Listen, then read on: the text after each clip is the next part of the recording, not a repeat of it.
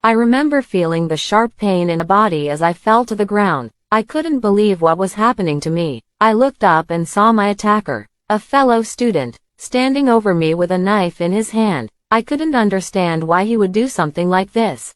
I had always felt safe on the university campus. I had never imagined that I would be the victim of such a violent attack. As I lay there bleeding, I thought about my family and friends. I wondered if I would ever see them again.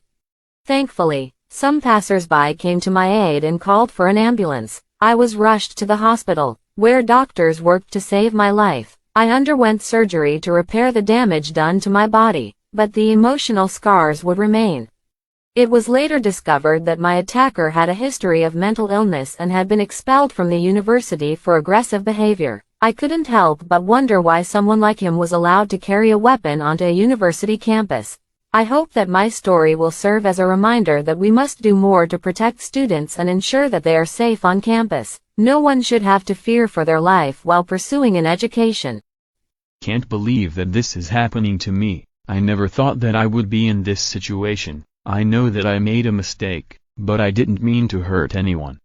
It all started when I met Nيرة in one of our classes. I was immediately drawn to her, and I thought that we had a connection. I started to spend more time with her, and I even asked her out on a date, but she rejected me, and I was heartbroken. I couldn't stop thinking about her, and I thought that if I showed her how much I loved her, she would change her mind. So I came up with the idea of proposing to her outside the university gate. I thought that it would be romantic, and she would see how serious I was. But things didn't go as planned. When I proposed to her, she rejected me again, and I couldn't control my emotions. I felt like I had been humiliated, and I lashed out at her. I didn't mean to hurt her, but I was so angry that I didn't know what I was doing. When I came to my senses, I realized what I had done, and I tried to help her, but it was too late. She was already bleeding heavily, and there was nothing I could do to save her. I remember feeling so scared and helpless as he attacked me. I tried to fight back, but he was too strong. I never thought that my life would end like this, with me bleeding on the ground, gasping for air. Hours later, I learned that the attacker had been arrested, and that he had confessed to deliberately murdering me. His confession cited disputes between us and my refusal to marry him as the reasons for his actions. I am still trying to make sense of it all. How could someone be so consumed by their own desires that they would resort to such violence? I was arrested and put on trial for Nيرă's murder. The whole process was overwhelming and terrifying. I couldn't believe that I was in this situation, and I couldn't imagine what my family and friends were going through. My heart aches for my family and loved ones, who have to deal with the aftermath of this tragedy.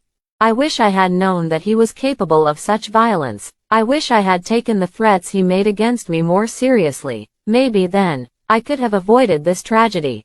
I hope that my story serves as a wake-up call to everyone out there who may be in a similar situation. If someone is making threats against you or causing you harm, please take it seriously and seek help. No one deserves to go through what I did. I know that what I did was wrong, and I am sorry for the pain that I caused Nيرă's family and friends. I wish that I could take it all back, but I can't. All I can do now is accept the consequences of my actions and try to make amends.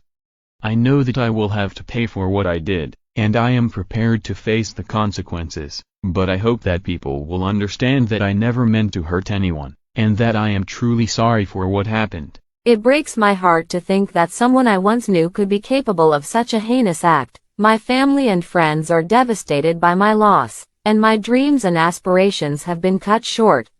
I hope that justice is served and that my attacker is held accountable for his actions. During the trial, I was asked why I had killed Nيرة. I couldn't find the words to explain myself. I was ashamed of what I had done, and I knew that there was no excuse for my actions. I had ruined a young woman's life, and I had destroyed my own future.